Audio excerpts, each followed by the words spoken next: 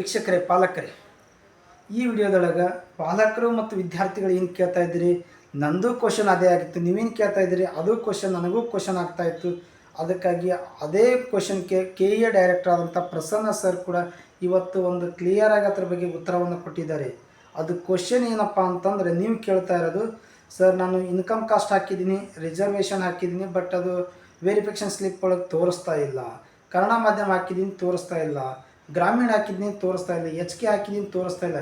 ಇವೆಲ್ಲ ಕ್ವಶನ್ಗಳಿಗೆ ಆನ್ಸರ್ ಕೊಟ್ಟಿದ್ದಾರೆ. ಯಾವ ವಿದ್ಯಾರ್ಥಿಗಳದು ಅಂಥದ್ದೇನು ವೆರಿಫಿಕೇಷನ್ ಸ್ಲಿಪ್ ಒಳಗೆ ಬಂದಿರಲಿಲ್ಲ ಅಂತಂದ್ರೆ ಅಂಥ ವಿದ್ಯಾರ್ಥಿಗಳು ಕೆ ಎ ವೆಬ್ಸೈಟ್ಗೆ ಹೋಗೋದಿಲ್ಲ, ಕೆ ಎ ಆಫೀಸ್ಗೆ ಹೋಗಬೇಕು ಬೆಂಗಳೂರಿಗೆ.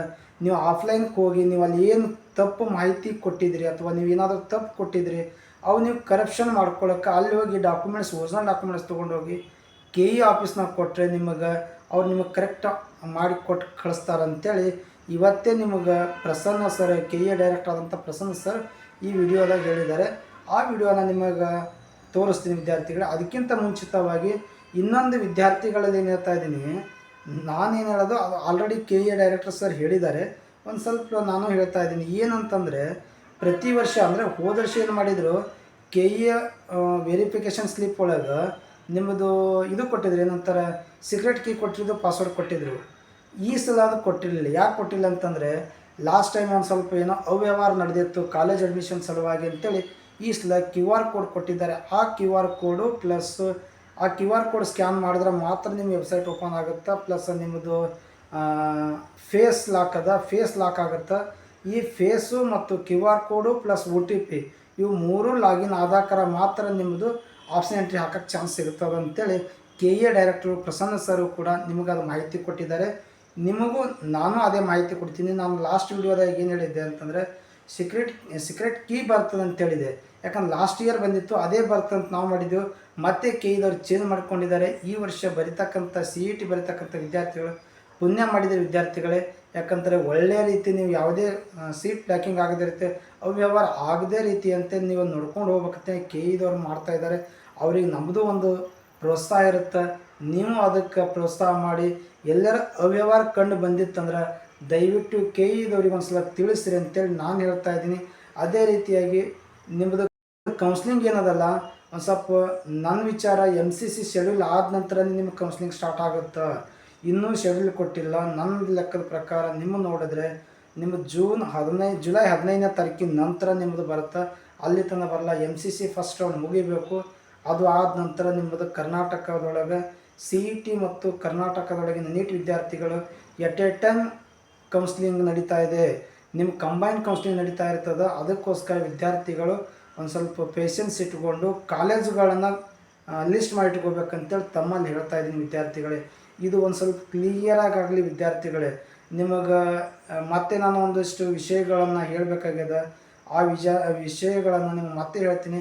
ಈ ಸದ್ಯಕ್ಕೆ ನಾನು ವಿಡಿಯೋ ಕ್ಲೋಸ್ ಮಾಡಿಕೊಂಡು ನಿಮ್ಮದು ನಮ್ಮ ಕೆ ಎ ಪ್ರಸನ್ನ ಸರ್ ಆದಂಥ ಡೈರೆಕ್ಟರ್ ಸರ್ ಆದಂಥ ಪ್ರಸನ್ನ ಸರ್ ಅವ್ರು ಹೇಳಿದಂಥ ವಿಡಿಯೋವನ್ನು ನಿಮ್ಮ ಮುಂದೆ ಹಂಚ್ಕೋತಾ ಇದ್ದೀನಿ.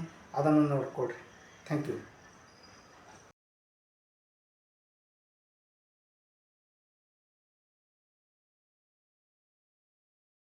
ಎಲ್ಲ ವಿದ್ಯಾರ್ಥಿಗಳಿಗೆ ಹಾಗೂ ಪೋಷಕರಿಗೆ ನಮಸ್ಕಾರಗಳು.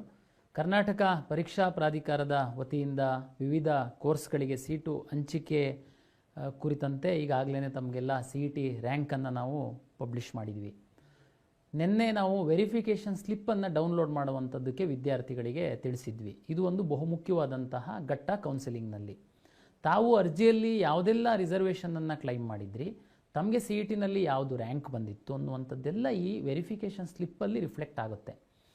ವೆರಿಫಿಕೇಷನ್ ಸ್ಲಿಪ್ಪಲ್ಲಿ ತಾವು ಏನು ನಮೂದಾಗಿದೆ, ಉದಾಹರಣೆಗೆ ವಿದ್ಯಾರ್ಥಿಗಳು caste, income, Kannada medium, rural ಯಾವುದೆಲ್ಲ ನೀವು ರಿಸರ್ವೇಷನ್ನಿಗೆ ಅರ್ಹತೆಯನ್ನು ಹೊಂದಿದ್ದೀರಾ ಅದೆಲ್ಲ ಈ ವೆರಿಫಿಕೇಷನ್ ಸ್ಲಿಪ್ಪಲ್ಲಿ ಇರಬೇಕು. ಒಂದು ವೇಳೆ ತಾವು ಅರ್ಜಿಯಲ್ಲಿ ಹಾಕಿದರೆ. ಒಂದು ವೇಳೆ ಇಲ್ಲ ಅಂತಂದರೆ, ನೀವು ಅರ್ಜಿ ಹಾಕಿದ್ದೂ ಇದರಲ್ಲಿ ಬಂದಿಲ್ಲ ಅಂತಂದರೆ ಅದನ್ನು ತಾವು ವಿದ್ಯಾರ್ಥಿಗಳು ಗಮನಿಸಬೇಕು. ಇದು ಯಾಕೆ ಬಹುಮುಖ್ಯ ಅಂತ ನಾನು ಹೇಳ್ತೀನಿ ಅಂತಂದರೆ, ನಾಳೆ ನಾವು ಕರ್ನಾಟಕ ರಾಜ್ಯದಲ್ಲಿ ಏನು ಕರ್ನಾಟಕ ಪರೀಕ್ಷಾ ಪ್ರಾಧಿಕಾರದಿಂದ ಸೀಟನ್ನು ಹಂಚಿಕೆ ಮಾಡ್ತೀವಿ, ಹಾರಿಜೆಂಟಲ್ ವರ್ಟಿಕಲ್ ರಿಸರ್ವೇಷನ್ ಏನು ಇದೆ ಅದರ ಆಧಾರದ ಮೇಲೆ ನಾವು ಸೀಟನ್ನು ಹಂಚಿಕೆ ಮಾಡ್ತೀವಿ. ಒಂದು ವೇಳೆ ನೀವು ಇಲ್ಲಿ ವೆರಿಫಿಕೇಷನ್ ಸ್ಲಿಪ್ಪಲ್ಲಿ ಯಾವುದಾದ್ರೂ ರಿಸರ್ವೇಷನ್ ಇಲ್ಲ, ಬಟ್ ಆದರೆ ನೀವು ರಿಸರ್ವೇಷನ್ನು ಸರ್ಟಿಫಿಕೇಟ್ ತಮ್ಮ ಹತ್ರ ಇದೆ, ನೀವು ಹಾಕಿಲ್ಲದೆ ಇರ್ಬೋದು, ಇಲ್ಲ ಹಾಕಿ ಯಾವುದಾದ್ರೂ ತಾಂತ್ರಿಕ ಕಾರಣದಿಂದ ಬಂದಿಲ್ಲದೆ ಇರ್ಬೋದು.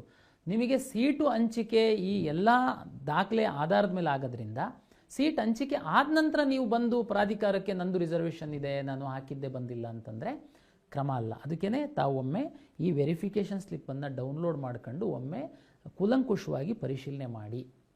ಒಂದು ವೇಳೆ ಯಾವುದಾದ್ರೂ ಲೋಪ ಇದ್ದಲ್ಲಿ, ಸರಿಪಡಿಸುವಂತಹ ಅಗತ್ಯ ಇದೆ ಅಂತ ಅನಿಸಿದಲ್ಲಿ ನಾವು ಅದು ಸರಿಪಡಿಸುವಂಥದ್ದಕ್ಕೆ 2ನೇ ತಾರೀಕಿನಿಂದ ಅವಕಾಶವನ್ನು ಕೊಡ್ತಾ ಇದ್ದೀವಿ. ನಾಳೆಯಿಂದ ನೀವು ಕರ್ನಾಟಕ ಪರೀಕ್ಷಾ ಪ್ರಾಧಿಕಾರದ ವೆಬ್ಸೈಟಲ್ಲಿ ಹೋಗಿ 2ನೇ ತಾರೀಕಿಂದ ಈ ವೆರಿಫಿಕೇಷನ್ ಸ್ಲಿಪ್ಪಲ್ಲಿ ಯಾವುದಾದ್ರೂ ಲೋಪಗಳಾಗಿತ್ತು ಅಂತಂದರೆ ಸರಿಪಡಿಸಿಕೊಳ್ಳುವಂಥದ್ದಕ್ಕೆ ಒಂದು ಅಪಾಯಿಂಟ್ಮೆಂಟ್ ತಗೊಳ್ಬೇಕಾಗುತ್ತೆ. 2ನೇ ತಾರೀಕಿಂದ ನಾವು 3 ಡೇಸು ಇದಕ್ಕೋಸ್ಕರ ನಾವು ಮೀಸಲಿಟ್ಟಿದ್ದೀವಿ. ತಾವು ಅಪಾಯಿಂಟ್ಮೆಂಟ್ ತಗೊಂಡು ಬಂದರೆ ಕರ್ನಾಟಕ ಪರೀಕ್ಷಾ ಪ್ರಾಧಿಕಾರದಲ್ಲಿ ನಾವು ಅದನ್ನು ಸರಿಪಡಿಸ್ಕೊಳ್ತೀವಿ. ಉದಾಹರಣೆಗೆ ನೀವು ಈ ಹಿಂದೆ Kannada medium rural certificate, Kannada medium rural certificate ಹಾಕೇ ಇಲ್ಲ, ಕಾರಣಾಂತರದಿಂದ ಹಾಕಿಲ್ಲ ಅಥವಾ ಸರ್ಟಿಫಿಕೇಟ್ ಇರಲಿಲ್ಲ, ನಿಮಗೆ ಗೊತ್ತಿಲ್ಲದೆ ಹಾಕಿಲ್ಲ. ಬಟ್ ಈಗ ನಾವು ಹಾಕ್ಬೋದಾ? ಖಂಡಿತ. ತಾವು ಅಪಾಯಿಂಟ್ಮೆಂಟ್ ತಗೊಂಡು 3 ದಿವಸ, 2, 3, 4ನೇ ತಾರೀಕು ಮುಂದಿನ ತಿಂಗಳು ನಾವು ಮಾಡ್ತಾಯಿದ್ದೀವಿ. ತಾವು ಬಂದು ತಮ್ಮ ವೆರಿಫಿಕೇಷನ್ ಸ್ಲಿಪ್ಪನ್ನು ಸರಿಪಡಿಸ್ಕೊಳ್ಬೋದು. ದಯಮಾಡಿ ಎಲ್ಲರೂ ವೆರಿಫಿಕೇಷನ್ ಸ್ಲಿಪ್ಪನ್ನು ಡೌನ್ಲೋಡ್ ಮಾಡ್ಕೊಳ್ಳಿ, ಅದರಲ್ಲಿರುವಂತಹ ಮಾಹಿತಿಯನ್ನು ಪರಿಶೀಲನೆ ಮಾಡ್ಕೊಳ್ಳಿ.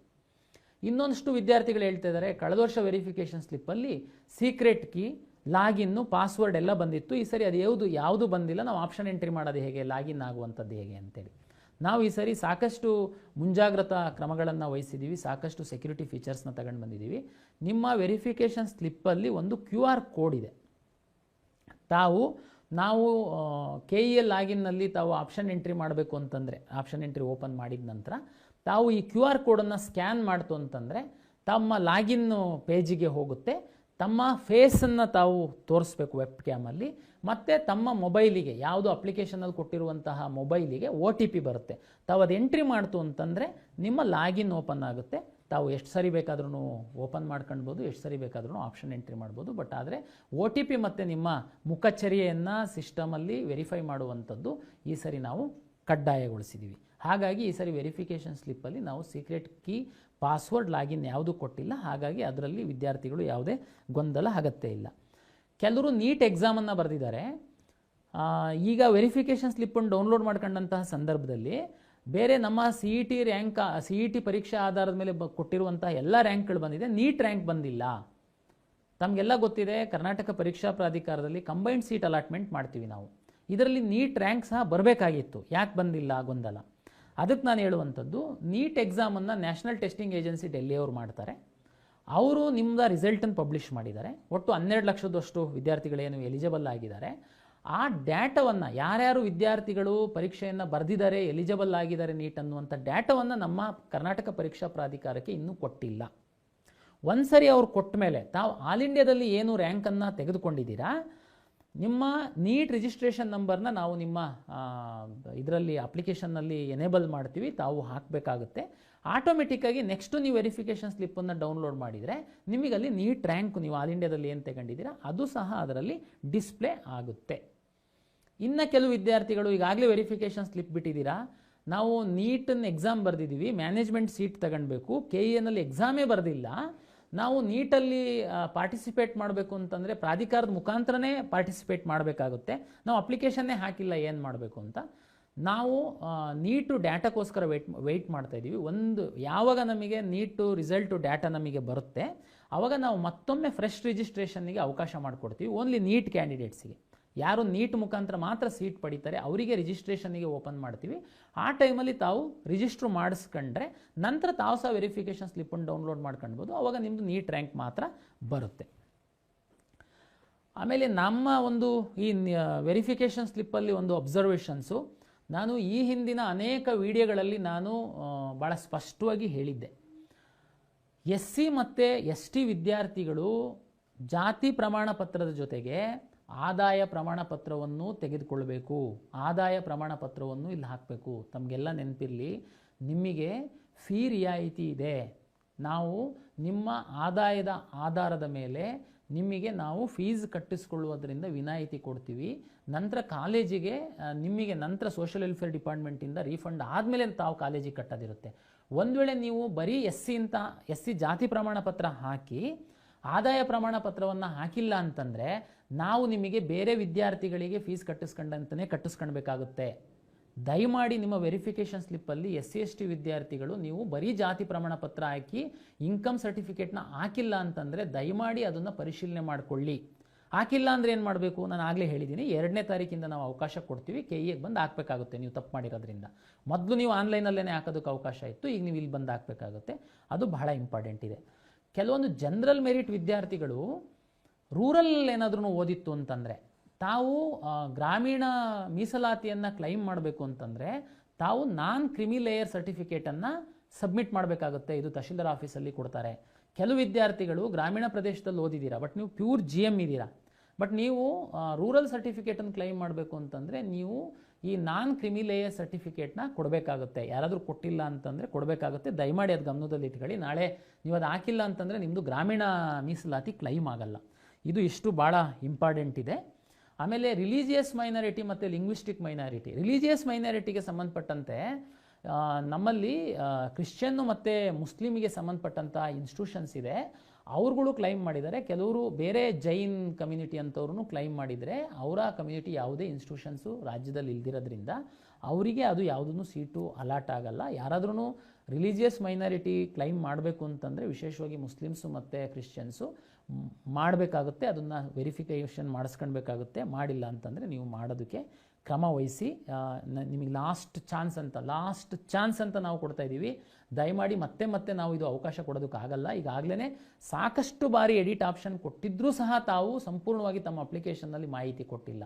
ಆದರೆ ಗ್ರಾಮೀಣ ಪ್ರದೇಶದ ವಿದ್ಯಾರ್ಥಿಗಳಿದ್ದೀರಾ, ನೀವು ಹಿಂದೆ ಪರೀಕ್ಷೆಗೆ ಪ್ರಿಪ್ರೇಷನ್ ಆಗ್ತೀರಾ ಅಂತ ಸಂದರ್ಭದಲ್ಲಿ ನಿಮಗೆ ತಪ್ಪು ಮಾಡಿರ್ಬೋದು ನೀವು ಅಂತ ನಾವು ಅಂತಿಮವಾಗಿ ಅವಕಾಶ ಕೊಡ್ತಾ ಇದ್ದೀವಿ. ದಯಮಾಡಿ ಸದುಪಯೋಗ ಪಡಿಸ್ಕೊಳ್ಳಿ.